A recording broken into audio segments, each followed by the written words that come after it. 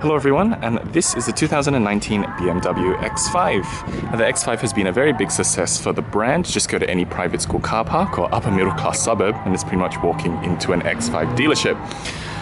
I've got the key today. Let's have a quick tour. This Geo 5 Series rides on the Cluster Architecture Platform, or CLAR, which debuted with the 7 Series in 2015. When it was first unveiled, I had the same thoughts as everyone else, which was, oh my goodness, that front grille is massive. And seeing it in person, it is. However, with this new generation being larger in every dimension than the outgoing X5, it doesn't look too out of proportion. Two variants are available at launch, an xDrive 30D and xDrive M50D, with the 30D making 195 kilowatts of power and 620 Newton meters of torque, whilst the M50D pushes out 294 kilowatts and 760 Newton meters. Petrol variants will also be available in 2019. The quality of the switchgear and the materials are also a huge step up from the previous model. So you've got very nice stitched leather on the dashboard, same with the driver's door card, and different textures and finishes. There is some plastic around the cabin, but it all feels very nicely screwed together. There's also this lovely dark wood, and our model has the dark red leather. Our car has the M Sport package, which gives us the M Sport steering wheel, and it's fantastic. The leather is super soft and it gets nice and thick at the top. It's great to hold. On the left, there's controls for the safety systems with active cruise control and media. On the right, 4 power window switches, electric folding mirrors, along with the electric boot release. And the door bins are large enough for standard size water bottles. Regardless of trim, you get, make sure I get the name right, the Bmw Live Cockpit Professional Infotainment and Driver Display System. That mouthful of words means 2 12.3-inch screens to rival the Audi Virtual Cockpit and the new screens in the Mercedes-Benz. And you can go through menus such as your fuel consumption, a trip computer, let's see what else, a G meter, which is pretty cool, along with power and torque, and multimedia.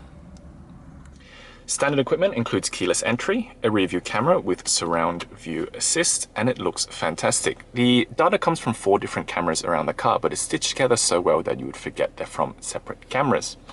And for a neat party piece, you can view the car almost like you're standing outside.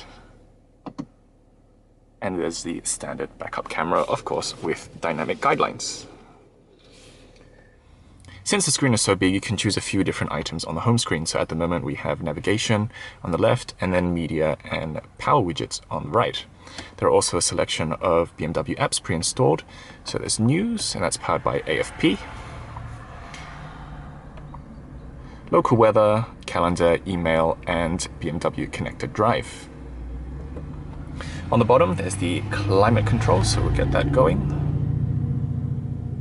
And there you go, there's an additional small LCD screen, which does the temperature for the driver and front passenger.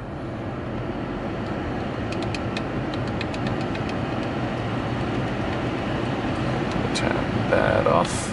It is only dual zone, which is a little bit disappointing. Now, a lot of cars in this price range have 4 different zones, 2 for the rear passengers as well. And on the bottom of that, there are the media controls. All the buttons are nice and knurled, and there's a good click when you revolve them, and it's good to see actual physical volume knobs. The presets, they respond to the touch, so I'm not pressing them, I'm just hovering my finger over them, and there you can see which one does what, which helps you navigate between them. Nice feature. In the center, small cubby, 2 cup holders, and the Qi wireless charging pad. Let's see if I can get my phone. And when you put it on, the blue light should light up, which indicates that it's charging, hopefully. Yes, there you go. And there's a tray that can go over.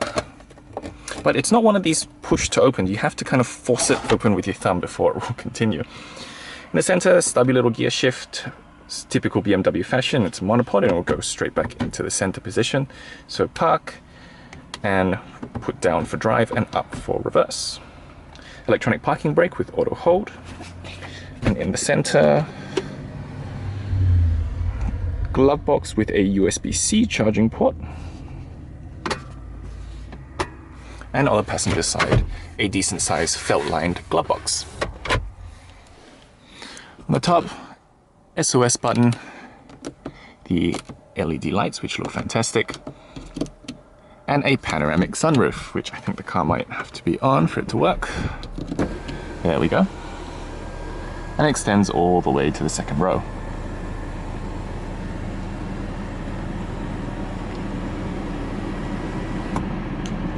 The center panel is touch, but it has haptic feedback, so it really feels like you're pushing on actual buttons. And just listen to some of the switchgear. Feels very solid and nice and premium, as it should be for this price range. On the top is also a trackpad, so you can input addresses with your finger. So let's have a look at the back seats. In the back, I've set the driver's seat to my driving position. For those new to this channel, I'm 6'3" or 190 centimeters. And me sitting behind myself, I do have enough knee room, but as you can see, not that much. I have an okay amount of foot room and alright headroom, even with this panoramic sunroof. But not as much space as I would have thought.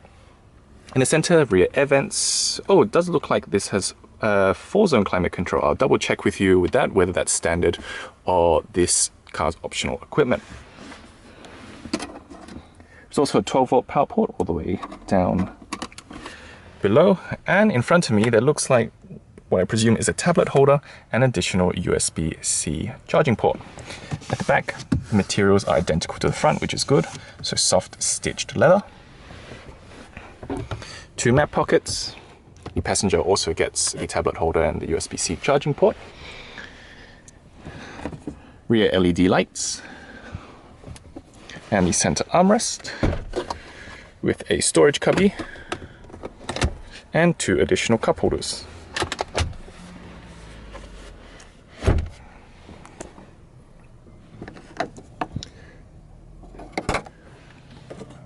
Both sides also have a coat hook that's concealed, but with quite a cheap piece of plastic. The tailgate is electric, as you would expect, but for this new model, the lower portion is now also powered. Cargo space is generous, although slightly down from the predecessor at 645 litres. With the split tailgate, there's no loading lip, so heavy items can be slid in and out without fuss.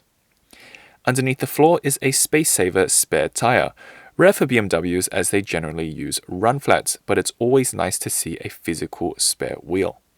There's also a first aid kit to the left, and 2 shopping bag hooks, 1 on each side. The rear seats can also be folded with the 2 levers, creating 1,860 litres of space. To close, one push of the button will lift the bottom portion first, and the top section will also latch down. Alrighty, I'm not going to talk in this video, I'm just going to let you enjoy the sounds of the car. And we're at the beautiful Mandoon estate, so let's make our way back to the dealership.